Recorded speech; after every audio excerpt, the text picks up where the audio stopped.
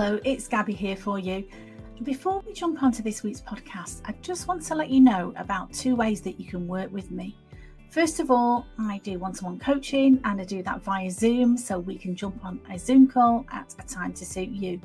The second thing I've got for you is an online coaching course that's 12 modules that you can download straight away now. There will be a link somewhere around these podcast notes. And this is the course that I've designed, and it's got everything in it that I wish I'd have known when I finished cancer treatment and I was lost. So you can download that course now and you can start working towards making this your happiest and healthiest year ever. I'd love to hear from you. Let me know what you think. Take care. Bye-bye.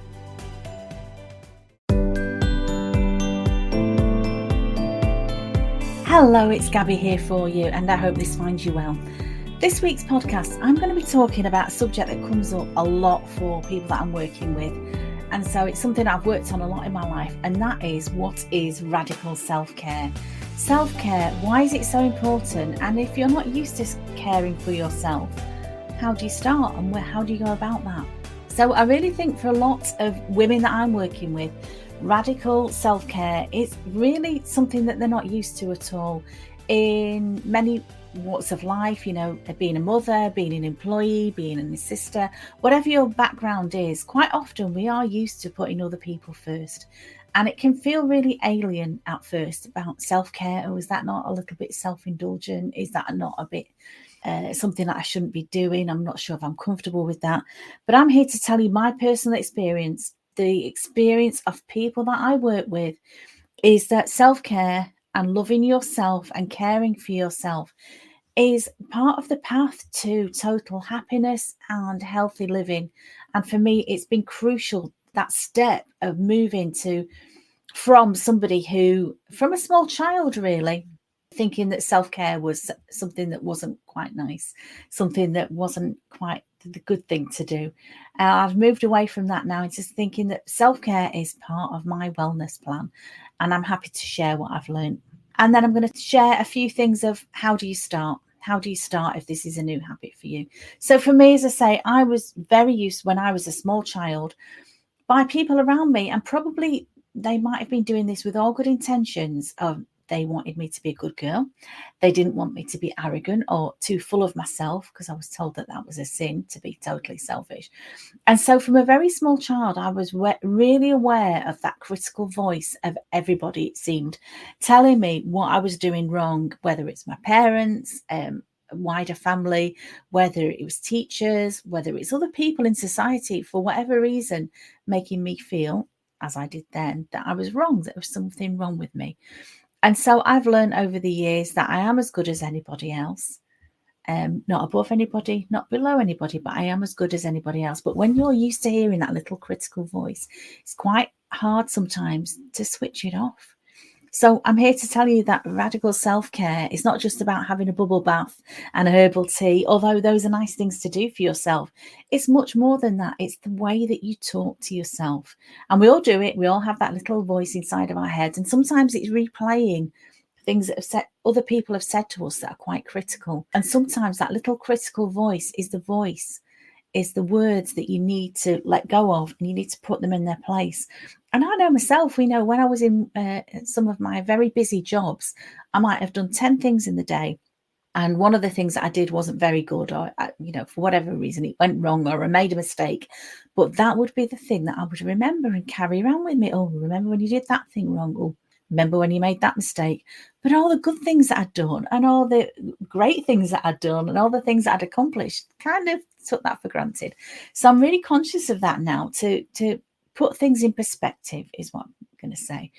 And what I'd suggest to you, if you want to turn that little critical voice into being your biggest fan, is to talk to yourself the way that you would talk to somebody that you really love and you really care for. And just imagine, if you were talking in the way that some of us do to ourselves, if you said, oh, you always mess that up, or you're not very good at that, oh, what a fool, you've made a fool of yourself again. Would you really talk to somebody that you love like that? Would you talk to a small child like that? Because imagine if a small child was hearing those words every day, how do you think they'd be? Do you think they might be self-critical? Do you think they might lack confidence? But if you talk to yourself like that every day, Subliminally, you're giving yourself that message that you don't matter, that you're not as good as anybody else. And that is simply not true.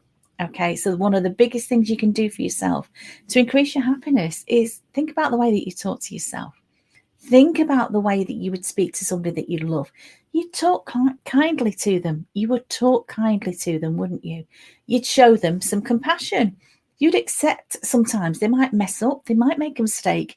Doesn't stop them being a good person, doesn't define who they are. You would help that person to fulfill their needs. You would adapt to their needs. This is how we treat people that we love, but sometimes we forget to treat ourselves like that. That's so true. And so I'm saying to you that really the way that you talk to yourself and really get into this self-care, really getting into this self-care, you can become your own best friend. You can become your own advocate. You can become your own boss. Make that voice that's inside your head more important than the outside voices that you may hear. That might be kind, they may not, but they're not as important as the way that you talk to yourself. The most important thing is the relationship that you've got with yourself. Other people may come and go. Other people may let you down. Other people may not act in the way that you want them to. But you are always with you, and the person that you look in the mirror, that is the person, relationship, the most important relationship you're going to have in your life. So give yourself some slack is basically what I'm saying. Be kind to yourself, okay? Talk kindly to yourself. And if you've got in that habit of putting yourself down, that inner little self-talk that's always very critical, catch yourself doing it and then just push those thoughts away and say, no, I'm not listening to that. It does take practice. And one of the things that I've learned is to give myself little gifts. And I started really giving myself a gift after my cancer diagnosis. And when I got the great news that my cancer had gone, when there was no evidence of disease, I marked that date in my diary, 16th of May.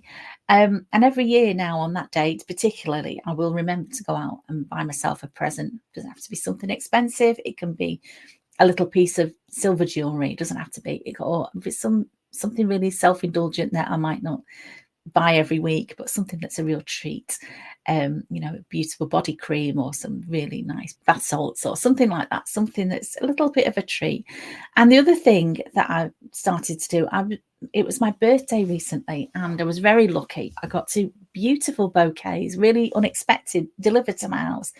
Gorgeous. And the smell of the flowers in the house, the sight of them, the colours, really lifted my spirits every time I looked at them. And I thought, I should buy myself flowers more often. And so I'm making that a bit of a ritual now. And on that note, rituals is something that really helps me. I'm a busy person. Many of you listening to this podcast might be feeling, well, I'm too busy. I'd love to be caring for myself more, but I really don't have time. But I have little rituals. Sunday is my ritual for calming myself down, for planning my week ahead, changing my bedding, having an early night, having a nice, warm, relaxing bath before bed.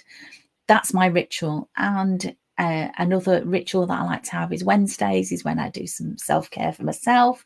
Might have a face pack, might do my nails, I might reorganize a drawer or do some decluttering. But it's always something, on a Wednesday, it's midweek, catch my breath. It can be just take 10 minutes. It could take half an hour. It could be an hour just for yourself. Have that little ritual. Whenever it is, you can plan it in. Time for yourself, just to take a breath and remind yourself that you're doing something for you, not for everybody else, just something for you. The other thing I'd want to say about gifts is, as I say, it was my birthday recently, and I was really blessed with some of the gifts that I've got. But I am in the habit now of buying myself a gift quite often, whether it's my birthday or just because I want to.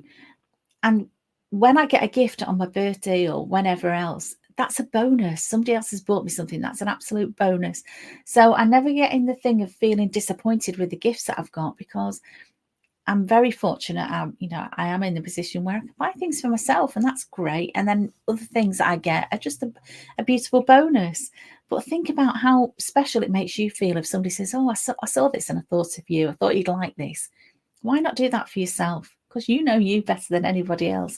You know the gifts that you like to get. So don't get resentful because, I wish my other half had bought me the thing that I wanted for my birthday. Get it for yourself. That'd be my advice. And so care for yourself in the way that you'd want to be cared for, okay? You don't have to be resentful or disappointed with anything, but just remember that little voice inside of you should be your best friend. It should be boosting you up, reminding you of all the good things you've done in your life, all the things that you've achieved, all the things that you're good at, all the things that you can be proud of. Be proud of yourself is what I'd remind you. And if you're struggling with any of this, if you've really got a block around, well, I don't know if I can do that. I just feel like, somebody said to me recently, I just feel like everything I touch, is a disaster.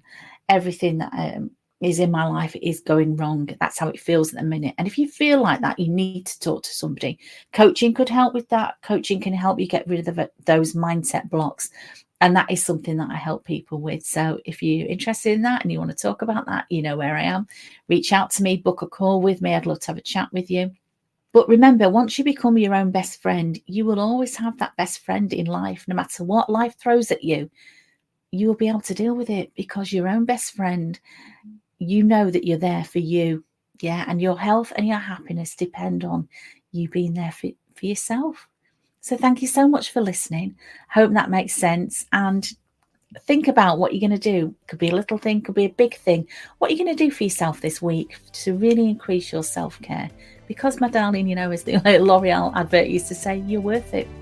I know you are. So as always, remember to stay safe and stay sane. Have a brilliant week. Thank you so much for listening to me. See you soon, my darling. Bye-bye.